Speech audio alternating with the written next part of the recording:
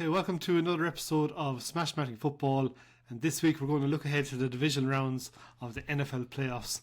And here joining me, as usual, is our UK-based journalist Conor Perrott to talk all things American football. Conor, did you enjoy last weekend? I enjoyed last weekend very much indeed, thank you. Yeah, looking forward to this one as well.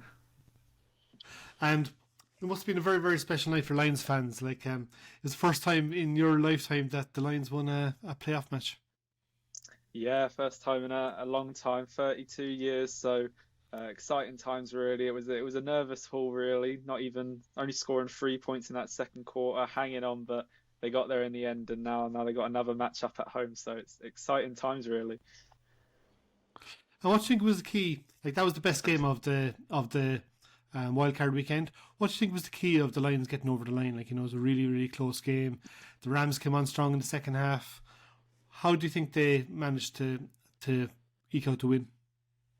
Yeah, it really was a sort of a tale of two halves really. The first half it was all offense from both teams. Stafford and Goff really trading scores, and then that second half, both defenses sort of stepped up a lot. I mean, the Lions defense really wasn't great all game. I think it is still a big weakness, that pass defense especially, but they hang on in the end. And like I said, it was a low scoring second half, but it was that red zone defense. I think for both teams at the end of the game, it's a stat that everyone looks back on. The Lions went 3 for 3 in the red zone for touchdowns, and the Rams went 0 for 3. They had to settle for field goals, and that's what it come down to ultimately. And your prize for winning that game is another home match against the Bucs. Where do you think? First of all, what did you think of the Bucs Eagles match? Did you get to see it? Yeah, I mean, like I say, the Bucks ended up sort of bit of a blowout in the end, like most of the games on the wild card, apart from that Rams Lions. So I think we spoke a lot about the Eagles mid-season, didn't we? Where we thought that they were on a bit of a decline and they weren't really themselves like they were last year. And I think a lot of that has to do with that. We saw Jalen Hurts as well. His finger, he dislocated that the week before, and I mean, I'm coming off a dislocated finger as well recently, and it doesn't heal like that really. It takes its time. So I think they are a bit scary. I'm not taking them for granted at all. I think Baker's really sort of having a career resurgence. You look at it, he's really having a good time, and I think on offense especially, they can pass that ball well, and that's the Lions' biggest weakness. So it's going to be a close one still. Yeah, and the Lions run game. I think it's the way I see it is very much if the Lions can run the ball on this Bucs defense, and I think they can. I think that'll be the advantage. I think the Lions have the advantage with their offense. I think they're a really dynamic offense. They can run the ball. They can pass the ball. It's a good Bucs D. In terms of the Bucs offense, I thought the Eagles players were a disgrace on Monday night. I mean, how many times did they miss tackles or slip off tackles? And I was the one expecting them to put all this bad form behind them and turn up in the playoffs, but I thought they were terrible. And I'd say Nick Sirianni is looking over his shoulder in a massive way.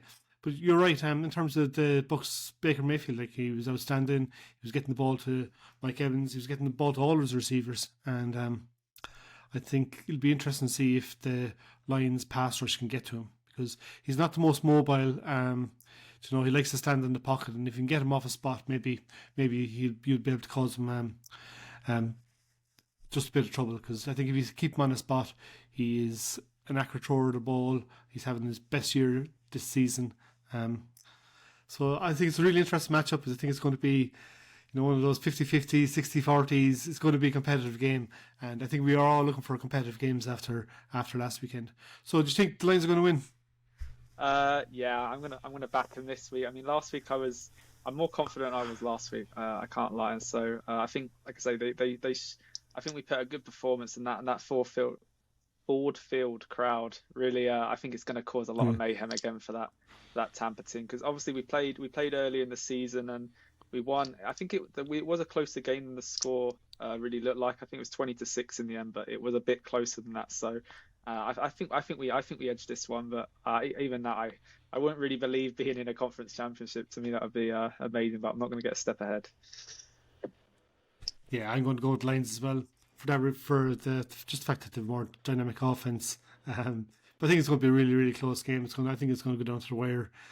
maybe Eminem in the crowd will start getting the Detroit fans up for it again. But I thought it was great to see some of the ex-Lions players coming back for it as well. Yeah, I'm going to tip the Lions as well. So what I might do is stay in the NFC side of the draw. On Sunday we have the latest one Saturday, Packers 49ers. Yeah, on Saturday night. So what happened to the Dallas defense last weekend? I know, yeah. It's really hard to explain. It is, yeah. That defense looked good all year, and Jordan Love. I mean, he's shocked the world really, and he's a quarterback that first half of the season we thought, oh god, like this is the guy, this is a player that the Packers can't trust. In the second half, you could make an argument that he's been the best quarterback in the league, couldn't you? Oh, 100%. I mean, he's scoring 3 or 4, was it 5 or 6 touchdowns last weekend? But yeah, he's been throwing touchdowns ever since that Thanksgiving match against the Lions, and it'd be interesting if they ended up in the NFC Championship game. Do you think the Green Bay offense, do you think they can do what they did to Dallas with the 49ers? Do you think they're going to be able to just find all these brilliant young receivers and cause them problems?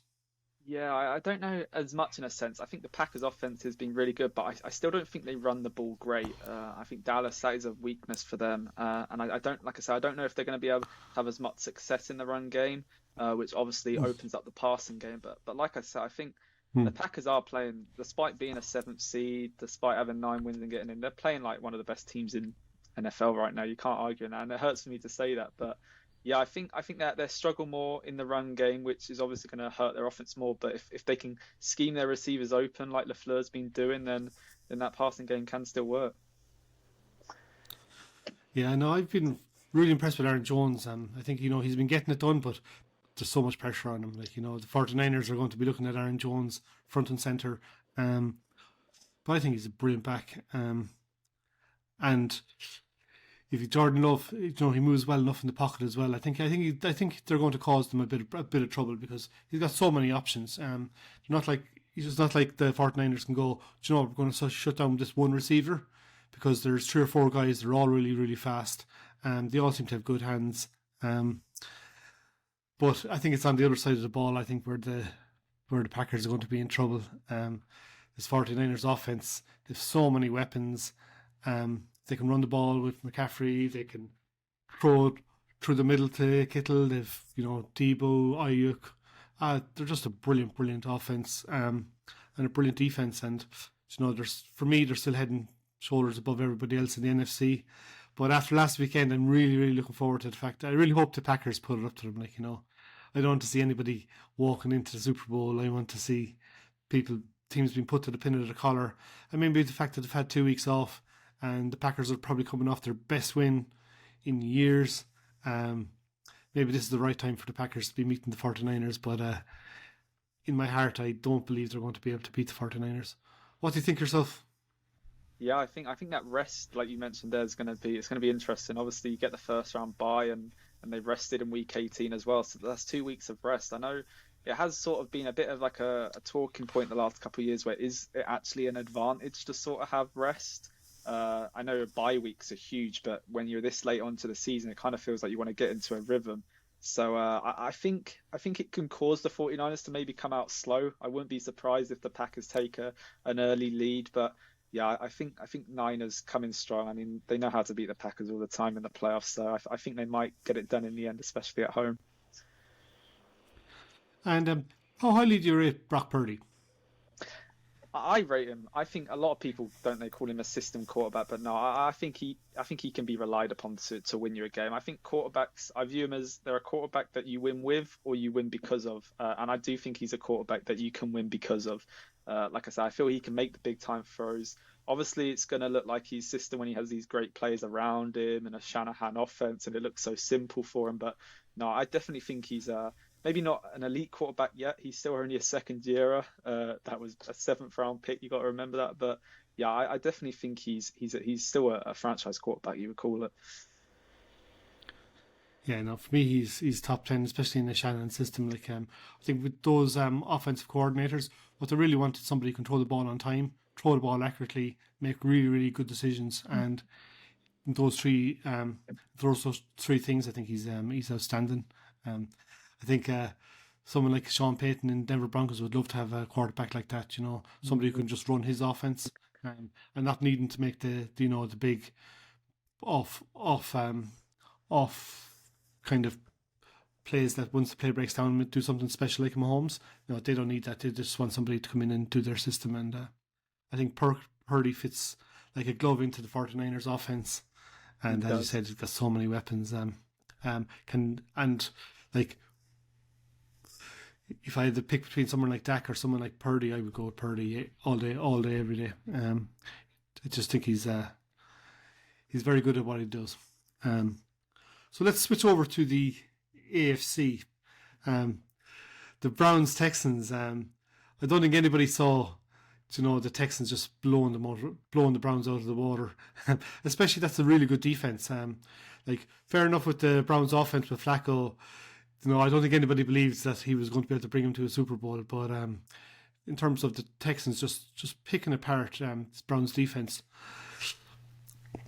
do you think CJ Stroud could do that again against the Ravens, or why do you think the Texans offense dominated so much against the Browns defense? Yeah, like I say, it was a shocking one. This Browns defense has looked solid all year, and then they just sort of fell apart at the end there. CJ Stroud, like I say, they were a hot streak. They have entered these playoffs on a good run. So it's tricky whether they can do it against Baltimore, because Baltimore, again, another very strong defense and a better offense as well than the Browns. But I think those two pick sixes, especially those back-to-back pick sixes from Flacco, really killed the momentum out of the game in that game. And at that point, it felt like it was just too impossible to chase, because this Browns want to keep it a low-scoring game. So again, I think it's the first game on this weekend. I think it's going to be another interesting one. Like I say, you got the rest talks with the Ravens, but no, I think Stroud.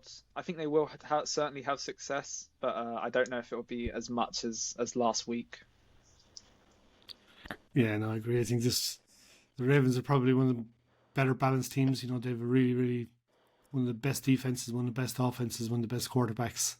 And it was interesting that they played their starters week 18. They didn't want to give them the 2-week break. So maybe they won't be as cold as maybe the 49ers coming out. But I think Lamar he's playoff experience. I think he's got 1 win and 3 losses. So, when you're in the league for those 5 or 6 years and you've a lot of disappointments in the playoffs, it tends to focus the mind. And I hope the Texans put up to them for as long as they can. But I think the Ravens offense is going to make hay. And I think CJ Stroud is going to come under a lot more pressure from, I think nobody in the league had more sacks than the Ravens. But I still think he's so class that he will have success. I mean, we're talking about the emergence of one of the superstars of the NFL. And, if he gets any sort of time in the pocket, he's going to be able to pick you apart no matter who you are. But I think overall the Ravens are just too strong. And I expect him to go through. But, I've been wrong in the past, and I would love to see this Texans team keep going. I love watching CJ Stroud. When the Texans are on TV, he's must-see TV. He's like Burrow, Mahomes. You just want to see, and Lamar, you just want to see him play in the NFL. And I'm looking forward to this one this evening.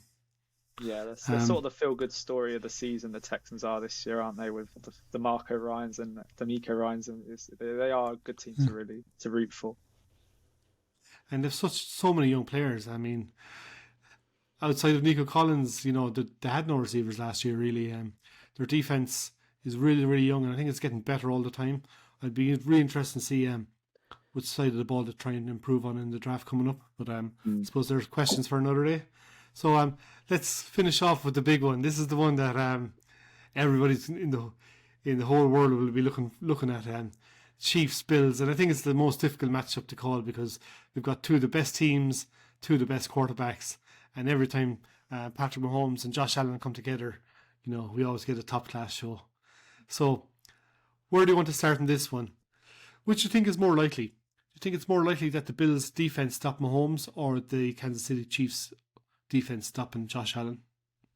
Yeah, I mean, like I say, it's such a tough one to call. I think for that, I'm going to go for the Bills defense there, mainly just because I think we've seen the Chiefs are still just lacking these offensive weapons. Really, I know Rashid Rice has had a great game there against the Dolphins as a rookie, but like I say, they over the years they've had Tyreek as their number one, and even Kelsey you can consider as a number one. But it kind of feels this year Kelsey's sort of fallen off a little bit. I know injuries have also played a part, so.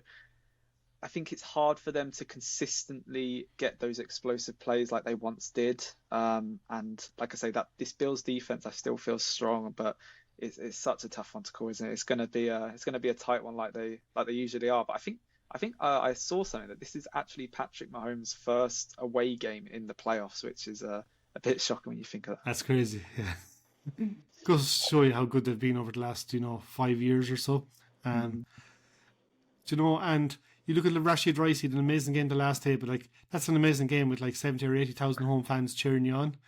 It's going to be very, very different for someone to step up in an away match. And I hope he does, because I love watching Mahomes, and I hope the Kansas City offense. But there's so many injuries throughout the season on the Bills defense.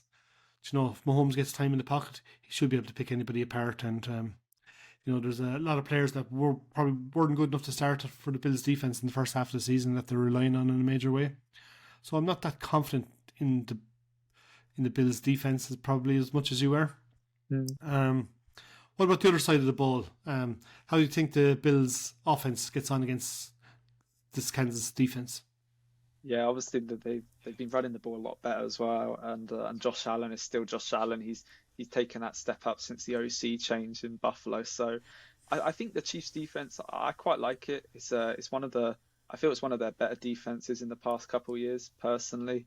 Obviously they've really shut down that Miami team, who I think you could just tell they weren't comfortable in the cold, which is a bit hard to Yeah, see there for Miami. But yeah, I think like I said, this Chiefs defense is you can see you got to put Allen under pressure, like we said with Mahomes. There, you need to start putting some pressure on these guys, and they are going to make the big plays under there, and they're gonna kick you in the teeth in that sense. But I like how Buffalo's been running the ball as late. I feel it's made them a lot more balanced offense. You look at the last couple of years, they've had to rely so much on Allen that run game really it helps him in a way this year. So I think it's hard because, like I said, I do like the Chiefs defense, but I think the Bills offense really have looked good this second half of the season. yeah. And one of the things about Allen, he's not relying so much on Diggs. Like last year, it was Allen and Diggs, and then everybody else. He's kind of spreading the ball around and kind of hitting Diggs when he needs to. Like they're throwing the ball a lot more to Cook in the passing game, and or in the run game, or in that like just thrown to him to get yards. Yeah, it's been very, very impressive with the Bills offense. They've been great to watch, and it's great to see Josh Allen really kind of putting his hand up as wanting to be the best quarterback in the league. I think he wants a Super Bowl and he wants that recognition. Um, it's going to be again another brilliant atmosphere up in Buffalo. Mm. But I find this one a really hard one to call. And I think the Chiefs have a better defense, and I think that could be the difference. So until Josh Allen beats Mahomes in the playoffs, I'm going to roll in Mahomes. I'm, the king is wearing the crown, and until someone comes up and beat him, I'm going to roll in Mahomes. I think he gets enough scores on offense, and I think the Chiefs defense step up. What do you think yourself, Conor? Yeah, I'm actually going to agree with you there with the Chiefs. I think, like I say, in these moments they know how to sort of to overcome it, and sometimes it can be a lot of mental thing for Buffalo. But I think it's going to be a bit low scoring. I don't know if both teams will get 20 points, maybe low 20s. But yeah, I think like I say, the Chiefs they just know how to win late, don't they? And I feel we'll get late in that fourth quarter, and that they'll find a way to pull a win out and get through. I think maybe in Buffalo. Yeah, and do you remember during the season, like, do you remember the unbelievable play by Kelsey, and it was called back? Mm, It was the winning touchdown. I yeah. think that even a little bit of a motivation like that, where they felt like they were cheated out of the game, this gives them a chance to kind of, make reparations. And I think that'll be one of the key things that they'll do to try and just to extra motivate themselves coming into this game. But it's going to be a cracker, you know. With Mahomes and Allen, it's going to be. I just can't see it not delivering, and I think it's going to go right down to the end. So that's it for the divisional matchups. It's a late one this week, but I can't wait for it to start later on this evening, and we'll get into it again next week. Yeah, like I say, 4 epic games, and then we're through to the conference championships next week, semi-finals. Yeah, I think I counted them up. There's only 7 games left in the season, and so we're getting into the business ends where all the good teams meet, and I can't wait. Conor, thanks again for your analysis, and we'll chat again next week. Yeah, pleasure as always.